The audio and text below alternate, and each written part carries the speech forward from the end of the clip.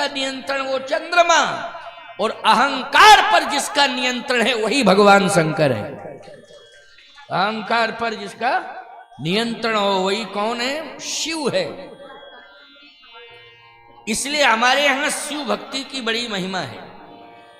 जब कभी भी हमारे घर में अशांति आती है तो कहते हैं शिव अभिषेक करो।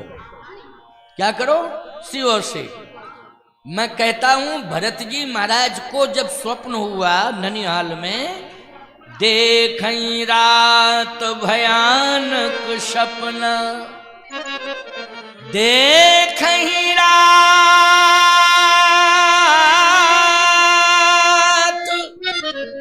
भयानक सपना,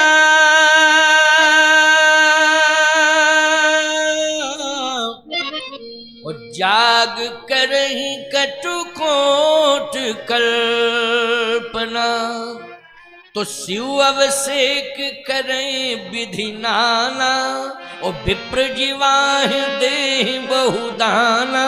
शिव अभिषेक, भगवान शंकर का अभिषेक कर रहे हैं और शिव जी से कुशलता मांग रहे हैं कि कुशल मात पितु परिजन भाई। इसका मतलब क्या है? शिव जी के द्वारा ही शांति मिलती है।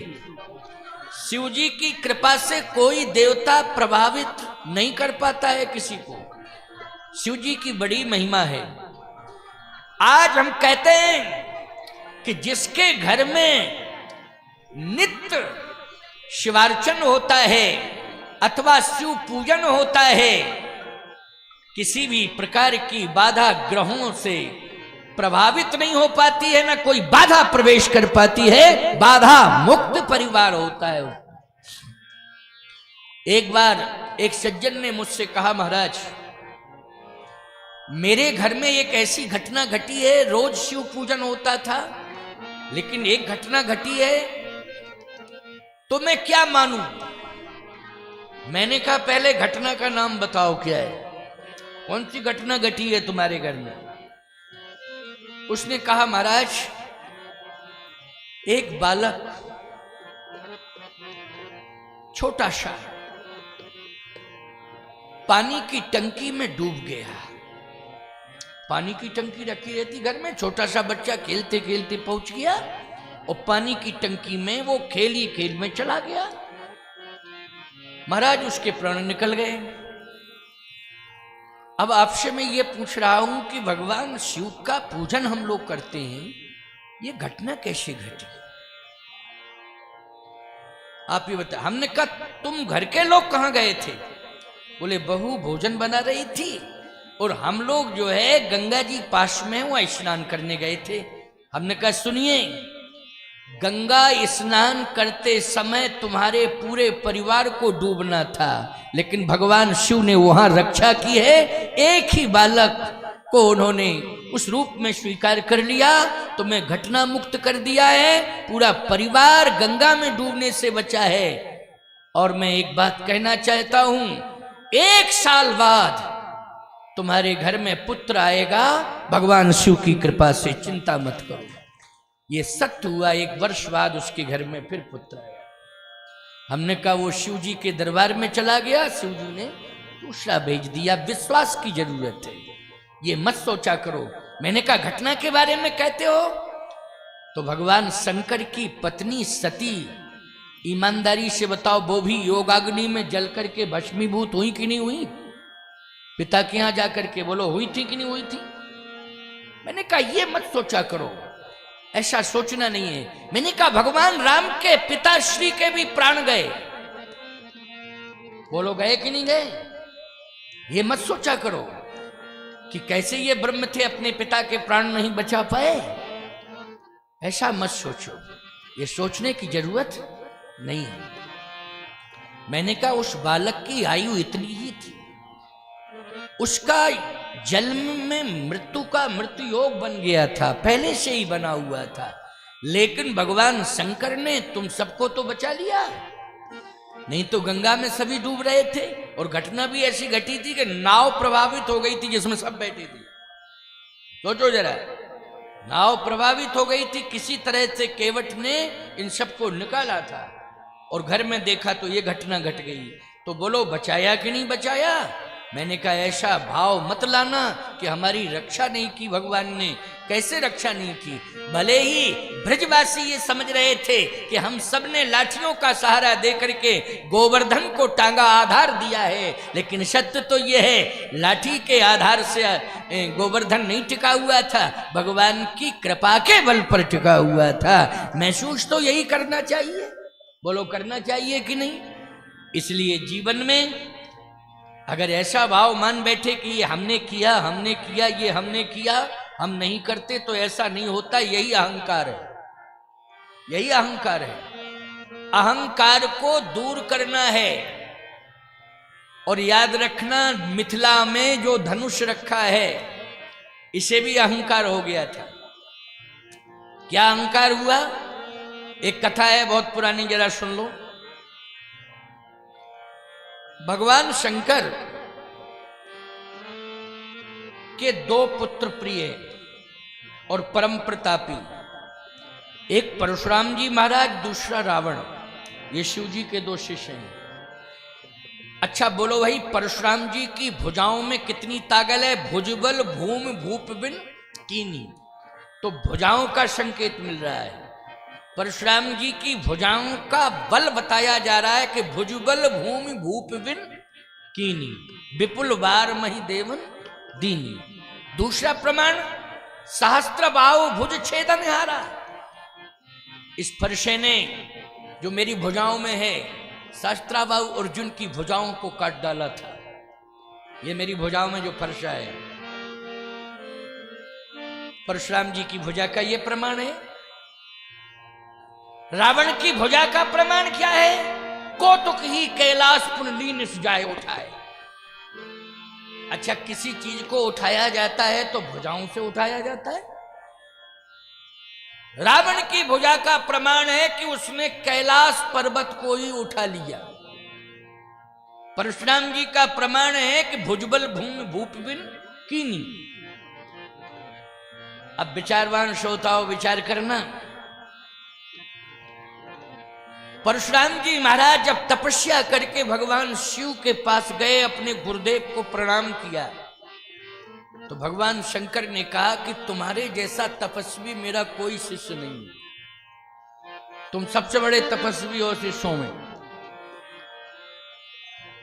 मांग लो आज जो मांगना हो। क्या चाहिए? परशुराम जी महाराज ने कहा कृपा चाहिए, आशीर्वाद, और कुछ नहीं चाहिए। मैं तो आपको प्रणाम करने आया था और बस आशीर्वाद आप देते रहें, बाकी कोई वस्तु मुझे नहीं चाहिए, केवल आशीर्वाद। कहा नहीं नहीं, कुछ मांग लो, मांग लो। भगवान शंकर ने कहा जाओ, मेरा आशीर्वाद है कि तुम्हें इतना बड़ा सामर्थ्य प्राप्त होगा, इतना बड़ा सामर्थ्य प्राप्त होगा कि तुम अपने प्रभाव से मुर्दे में भी प्राण डाल दो। ये सामर्थ्य तो भगवान में है, बोलो है कि नहीं? अर्थात परशुराम जी में ये सामर्थ्य था, भगवान है, बोलो है कि नहीं? भगवान राम में भी ये सामर्थ्य है। मृतक जियावन गिरा सुआई, श्रवण रंध्र होए ऊर्जव आई। मृतक जियावन गिरा सुआई। जो भगवान होते हैं उनमें सामर्थ्य होता है कि वो जिंदा को भी महान बना देते हैं और मुर्दे को भी जीवित कर देते हैं, और जो जिंदा है इतना महान बना देते हैं कि उसे सारी दुनिया भगवान कहने लगती है, और मुर्दे में प्राण डाल देते हैं कि सारी दुनिया कहती है तो मुर्दा था लेकिन जीवित हो गया, भगवान की ताकत है। जाओ, मेरा आशीर्वाद है और ये बाण, ये धनुष में तुम्हें दे रहा हूं। परशुराम जी ने कहा ये धनुष किसके लिए है? मेरे पास तो फरसा है, परशु है, ये धनुष किसके लिए है? ये बाण किसके लिए है? कहा ये धनुष में इसलिए दे रहा हूं तुम्हें कि इससे तुम शत्रुओं पर वार नहीं करना, क्योंकि तुम्हारी पहचान में परशु है, फरसा, इसलिए परशुराम हो। और भगवान के अवतारों में धनुष की महिमा राम जी के साथ जुड़ी है, इसलिए धनुषधारी राम। परशुधारी राम कौन है? परशुराम। और धनुषधारी राम कौन है? जल्दी बोलो। राम है। तो ये धनुष तो धनुषधारी राम के पास होना चाहिए, ये मेरे पास क्यों? कारण क्या है? आप क्यों दे रहे हैं? परशुराम जी महाराज ने जब बार बार पूछा तो भगवान शंकर ने कहा कि मैं इसलिए दे रहा हूं कि ये धनुष जो तुम्हारे हाथ में है, तुम तपस्या करोगे, लेकिन ये धनुष तुम अपने प्रतिरूप कोई तुम्हारा होगा उसी को दोगे, और इस धनुष के माध्यम से वो राक्षसों का संहार करेगा। तुमने फरसे के माध्यम से किया, वो धनुष के माध्यम से करेगा। ये धनुष उनको दे देना। तो मिलेंगे कैसे वो? कहा कि इसके लिए मैं संजोग जोड़ूंगा। मिथिला का प्रसंग है, वहां पर दोनों का मिलन होगा, और जब दोनों का मिलन होगा तो ये धनुष जो है अपने आप ही उसके पास चला जाएगा, जो शत्रुओं के संहार का संकल्प लेके आएगा। परशुराम के बाद उसी का अवतार होगा, अर्थात राम। ये आशीर्वाद है, कृपा है भगवान शंकर की, धनुष को दे दिया। तो लेकिन वो कौन होगा? कहे अवतार तो तुम्हारे बाद होगा, लेकिन वो मेरा इष्ट होगा। शंकर जी ने कहा वो मेरा इष्ट होगा। इसलिए परशुराम जी ने साष्टांग प्रणिपात किया है राम को। बोलो अवतारवाद में बड़े कौन हैं? जल्दी बोलो। परशुराम जी हैं। लेकिन राम जी महाराज को प्रणाम कर रहे हैं परशुराम जी मिथिला में। क्यों कर रहे हैं? क्योंकि उनके गुरुदेव के इष्ट हैं, गुरुदेव के इष्ट हैं, इसलिए कर रहे हैं। इसमें सीनियरिटी वाला भाव नहीं है, ना इसमें अवस्था का भाव है। बोलो भाई, इसमें संबंधों का भाव है। किसका भाव है? जल्दी बोलो। संबंधों का भाव। एक बार की घटना में आपको सुनाऊं। एक वयोवृद्ध महात्मा जो बद्रीनाथ धाम के पास में एक आश्रम वहां रहते थे, जब मेरी गद्दी हुई वहां कामतानाथ चित्रकूट में, तो वो आए। हमारे बाबा गुरुदेव के वो सबसे बड़े शिष्यों में से थे। जब आए तो मैं गद्दी नशीन हो गया था, तो मैं उनको देख करके खड़ा हो गया, क्योंकि बहुत वृद्ध थे और परंपरा में बड़े थे वो। तो मैं खड़ा हो गया। तो पहले तो उन्होंने मुझे हृदय से लगाया और कहा बैठो, और जब मैं बैठ गया तो सिर झुका लिया। मैंने कहा ये क्या कर रहे हो? बोले नहीं, ये मेरे गुरुदेव की गद्दी है जिस पर बैठे हो, मैं गद्दी को प्रणाम कर रहा हूं। मैं किसको कर रहा हूं? गद्दी को प्रणाम कर रहा हूं। ये मेरे गुरुदेव की गद्दी है जिस पर तुम्हें बिठाला गया है, मैं किसे प्रणाम कर रहा हूं? देख करके वात्सल्य उमड़ पड़ा तो हृदय से लगा लिया। जब गद्दी पर बैठ गए हो तुम, तो मैं मर्यादा के कारण प्रणाम कर रहा हूं। तो परशुराम जी ने राम जी को क्यों प्रणाम किया है? कि हमारे गुरुदेव के इष्ट हैं, इष्ट हैं, इसलिए आज मैं इनको प्रणाम करता हूं। तो एक धनुष भगवान शंकर ने परशुराम जी को दिया कि इस धनुष से राक्षस मारे जाएंगे। अच्छा, रावण को पता चला कि गुरुजी कुछ दे रहे हैं, बांटते जा रहे हैं, आशीर्वाद तो दे ही रहे हैं, कुछ ना कुछ वस्तु देते हैं। रावण आ गया, प्रणाम किया, भगवान शंकर ने आशीर्वाद दिया। बोले ऐसा आशीर्वाद नहीं, आशीर्वाद के साथ परशुराम जी को जो दिया हमें भी वैसा ही चाहिए, मुझे भी चाहिए। तो भगवान ने कहा, शंकर भगवान ने कहा देखो, परशुराम जी ने मांगा नहीं था, बिना ही मांगे मैंने दिया, लेकिन तुम मांग रहे हो, ये तरीका ठीक नहीं है मांगने का। नहीं बोले उन्होंने मांगा नहीं, मैंने मांग लिया, हमारा यही तरीका है मांगने का। उनका बिना ही मांगे मिल जाता, हम मांग के लेते हैं, देना पड़ेगा। भगवान शंकर ने कहा कि देखो, विवश नहीं किया जाता है गुरु को कि हमें ये दो ये दो ये दो। और एक बात बताए, माँ बाप को भी विवश नहीं करना चाहिए कि संतान विवश करे मुझे ये दो ये दो ये दो। नहीं नहीं, सहज में ही जो मिल जाए। ना तो शिष्य को विवश करना चाहिए गुरु को कि मुझे ये दो ये दो ये दो, नहीं, सहज में ही जो मिल जाए। तुम मांग रहे हो, कहे नहीं मांग रहा हूं, देना तो पड़ेगा। भगवान शंकर ने कहा कि क्या चाहिए? बोले धनुष ही चाहिए। अच्छा, धनुष चाहिए? भगवान शंकर ने धनुष दिया और मन ही मन ये कहा कि रावण, तू अपने को बलवान मानता है, तेरे मन में अहंकार है कि मेरे पास बल है। मेरे पास भी तू आया है तो अहंकार लेकर के आया है। कौतुक ही कैलाश पुनलीन से जाए उठाए, मैं जिस पर्वत पे बैठा हूं तूने वही उठा लिया, ये अहंकार है। जाओ, आज मैं धनुष को दे रहा हूं, ये धनुष तुझे एक दिन पराजित करेगा। और धनुष दे दिया रावण को, और रावण लेकर के चला तो कहता है कि देखो, मैंने भी तपस्या की है तभी तो मुझे धनुष मिला। और मिथिला को क्रॉस कर रहा था तो इतना वजनदार हो गया धनुष, इतना वजनदार हो गया कि कंधे से खिसक के हाथ में आया और नीचे आ गया। अब रावण ने बहुत कोशिश की, कैलाश को उठा लिया, इसको भी उठा लूंगा, लेकिन कोशिश की परंतु धनुष उठाई नहीं। पर्वत को उठा सकता है लेकिन धनुष को नहीं उठा पा रहा है। रावण ने कहा कि अच्छा चलो कोई बात नहीं है, भविष्य में इस धनुष को मैं उठाऊंगा, अभी नहीं तो आगे उठाऊंगा। लेकिन रावण भय के कारण नहीं जा रहा है मिथिला में।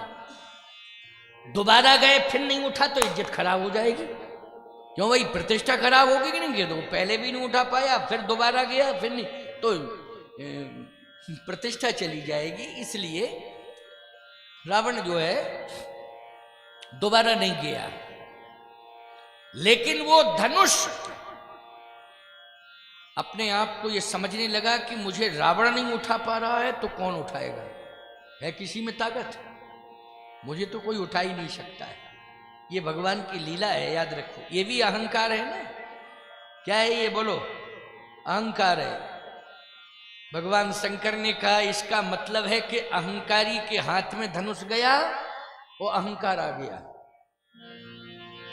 जैसा करो संग जैसा चढ़े रंग। अगर गलत आदमी का आप संग करोगे तो आप पर गलत असर पड़ जाएगा। तो वही पड़ जाएगा कि नहीं?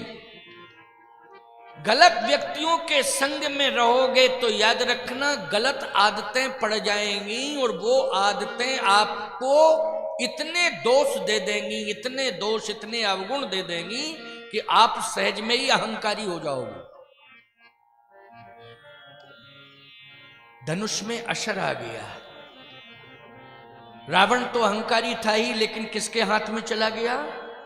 धनुष रावण के हाथ में चला गया। तो संग का असर पड़ गया कि नहीं पड़ गया? क्या उसमें भी अहंकार आ गया?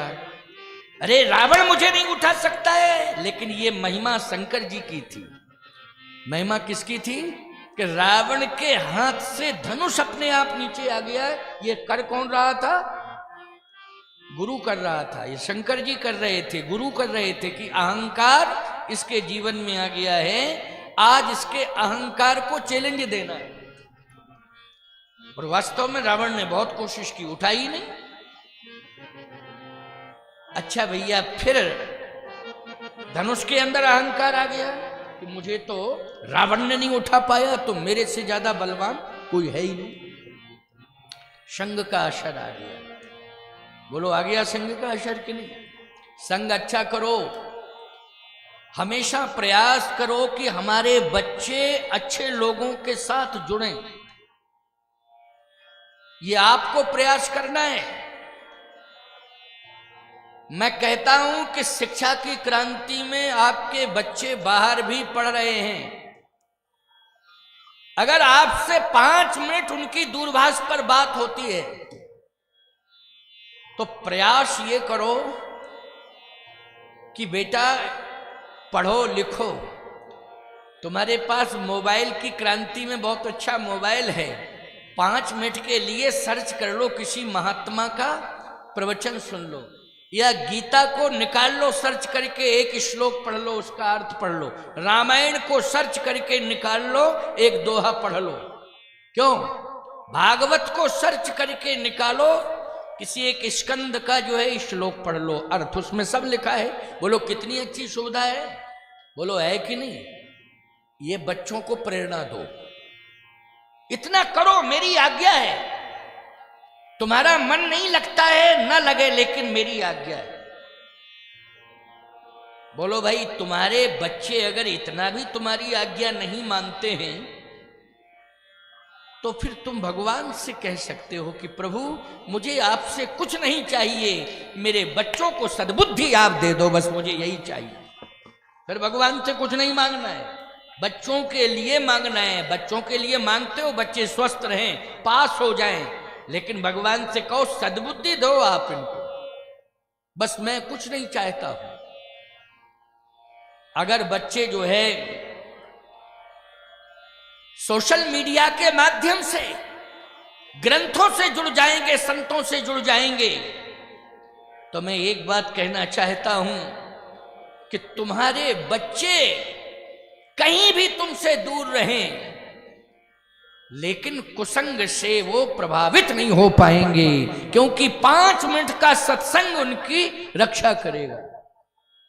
5 मिनट का सत्संग उनकी रक्षा करेगा। इसलिए मैं कहना चाहता हूं, एक घड़ी आधी घड़ी आधो में पुण्य आध, तुलसी संगत साधु की हरे कोट अपराध। थोड़ा सा सत्संग मिल जाए तो करोड़ों जन्मों के